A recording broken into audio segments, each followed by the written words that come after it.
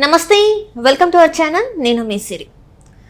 So నార్మల్గా అయితే ప్రచారం చేస్తూ అంటే ఏ పార్టీకి సంబంధించి ఆ పార్టీ ప్రచారం చేసుకుంటూ ఉంటుంది. కాకపోతే గుంటూరు జిల్లాలో ఆ చుట్టుపక్కల ప్రాంతాల్లో మాత్రం టీడీపీ నేతలు వైసీపీకి ప్రచారం చేస్తున్నారు. సో ఈ అంశాన్ని మనకు వివరించడానికి మనతో పాటు ఉన్నారు ప్రముఖ సీనియర్ జర్నలిస్ట్ జగదేవ్ గారు.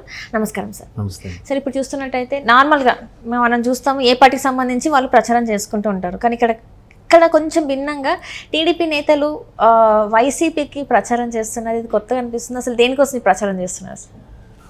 వైసీపీ తరపున ప్రచారం కాదు. అక్కడ చిన్న ట్విస్ట్ ఏంటంటే వైసీపీ మేనిఫెస్టో చూస్తే 2019లో మేనిఫెస్టో ఏదో ఉందో ఇప్పుడు అదే మేనిఫెస్టో. కాకపోతే రేట్లు పెంచారు అంతే. అంటే షాప్ పెట్టారు, ఆ షాపులో లిమిటెడ్గా ఆ 9 రకాల కూరగాయలు 9 రకాల పళ్ళే దొరుకుతాయి. అవే పళ్ళు మళ్ళీ అమ్ముతారు, అవే పళ్ళు మళ్ళీ ఇస్తారు. రేటు పెంచారు అంతే. సో అలాగంటే మిగతా మరి కిరాణా ఇవి ఏం అవసరం లేదు వాళ్ళకి. ఆ 9 పళ్ళతోనే గడిపేద్దామని చూస్తున్నారు. అదే మేనిఫెస్టోని ఇప్పుడు టీడీపీ వాళ్ళు అస్త్రంగా వాడుకుంటున్నారు. Not publicity. అంటే ఎందుకు స్పెషల్లీ గుంటూరు, ఉమ్మడి గుంటూరు, పాత ఒకప్పుడు గుంటూరు జిల్లా, ఇప్పుడు ఉమ్మడి గుంటూరు కాదు, గుంటూరు జిల్లా అనొచ్చాము బహుశా. కృష్ణా గుంటూరు సంబంధించి ఏదైతే తాడికొండ, మంగళగిరి ఇవన్నీ కూడా అమరావతి రాజధాని భాగంలో ఉన్నవి, ఇవన్నీ కూడా రైతులు కానీ స్థానికులు కానీ రగిలిపోతున్నారు. ఎంత తీవ్రంగా నష్టపోయారనేది అందరికీ తెలుసు, వాస్తవమే. అయితే ఈ మేనిఫెస్టోని తీసుకుని టీడీపీ వాళ్ళు ఏం చెప్తున్నారు, బాబు వీళ్ళు మేనిఫెస్టో చూడండి, సేమ్ యాజ్ ఇట్ ఈజు, మార్పు రీర్పు ఏమీ లేదు, మరలా అదే పథకాలు, అదే వృద్ధుడు ఉంటుంది, ఇంకా అభివృద్ధి ఉండదు, ఇంకా ఉద్యోగాలు ఉండవు, ఉద్యోగస్తులకు జీతాలు కూడా సరిగ్గా, ఎందుకంటే పథకాల మీద అయితే ఇంకా అభివృద్ధి ఏముంటుంది.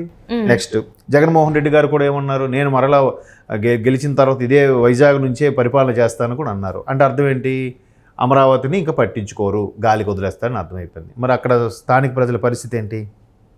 సో వాళ్ళు ఇప్పటికే సుమారుగా 5 ఏళ్ళుగా ధర్నాలు చేస్తూనే ఉన్నారు, ఏం ఫలించలేదు. మొత్తానికి పిల్లలు ఆడవాళ్ళతో సహా ఇది రగిలిపోతూనే ఉన్నారు. ఇప్పుడు సో దాన్ని వీళ్ళు బూచిగా చూపించి పబ్లిసిటీ చేస్తున్నారు.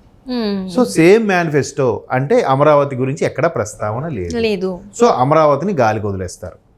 రాష్ట్రం అంతా ఆల్రెడీ వదిలేసినా పర్వాలేదు, కానీ ఎస్పెషలీ అమరావతిని ముందు ఎక్కడ కాన్సెప్ట్ లేదు కాబట్టి ఎలాగూ రాష్ట్రం వదిలేస్తే దీన్ని కూడా ఇంకా వదిలేసి దీన్ని సర్వనాశనం చేసే కాన్సెప్ట్లో ఉంది. ఆల్రెడీ 10 ఏళ్ళ నుంచి రాజధాని లేదు.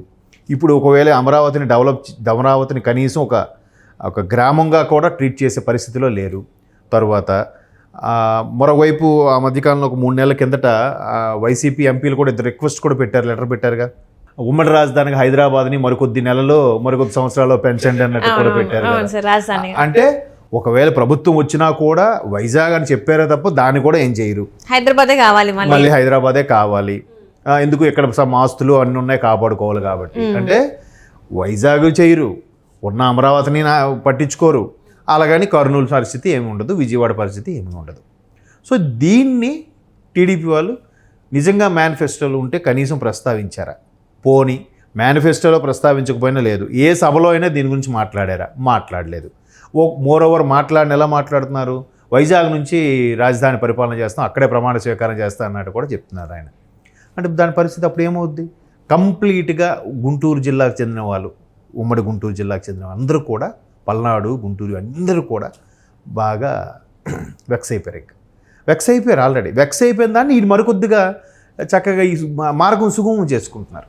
ఇప్పుడు గుంటూరు ఎంపీ కానీ గుంటూరు ఎంపీలో ఉండే అసెంబ్లీ నియోజకవర్గం అన్నిటికి కూడా కూటమికే గెలుపు ఈజీ అయిపోతుంది కదా.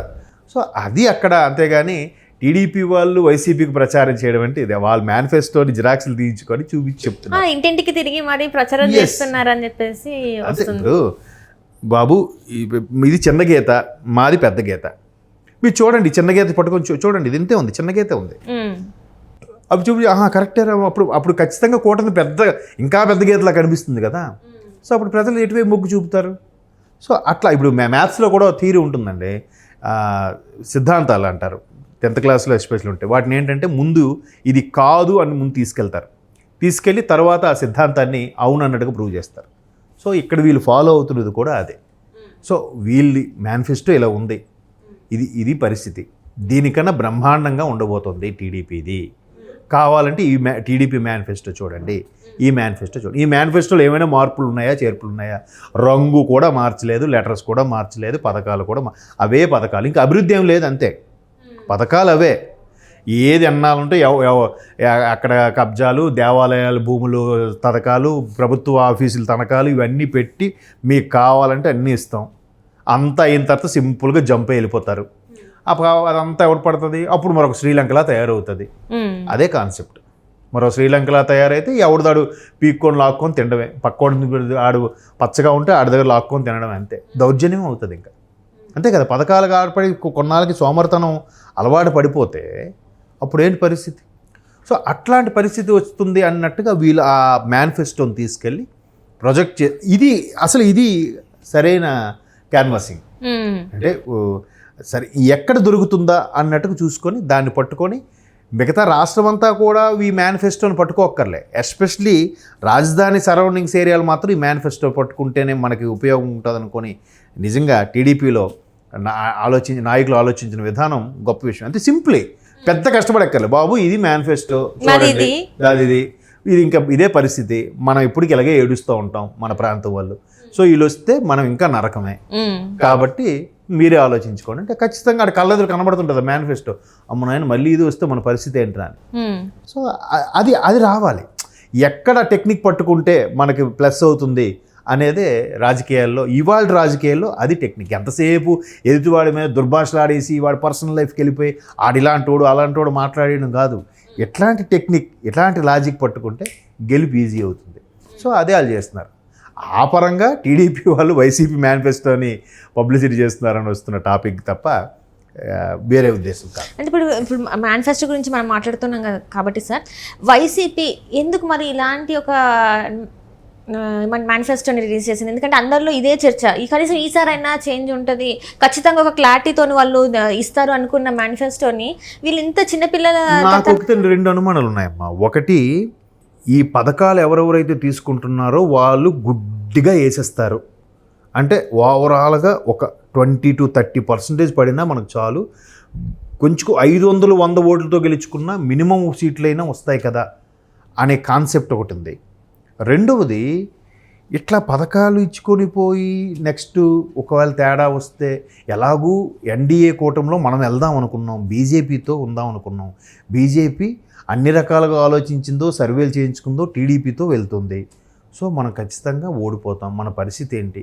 సరే ఎందుకు ఏమో ఎవరేం బెదిరింపిచ్చారో, ఎవరేం జర్కిచ్చారో, బాబు నువ్వు నెక్స్ట్ నీ మీద ఇన్ని కేసులు ఉన్నాయి, నువ్వు మర్యాదగా ఓడిపోయేది, నువ్వు అయిపోతే బెటరు, లేదు మళ్ళీ గవర్నమెంట్ తెచ్చుకో, కింద మీద చేసి గవర్నమెంట్ ఫామ్ చేయాలని పరిస్థితి, నీ పరిస్థితి ఏంటి అని బెదిరించారేమో.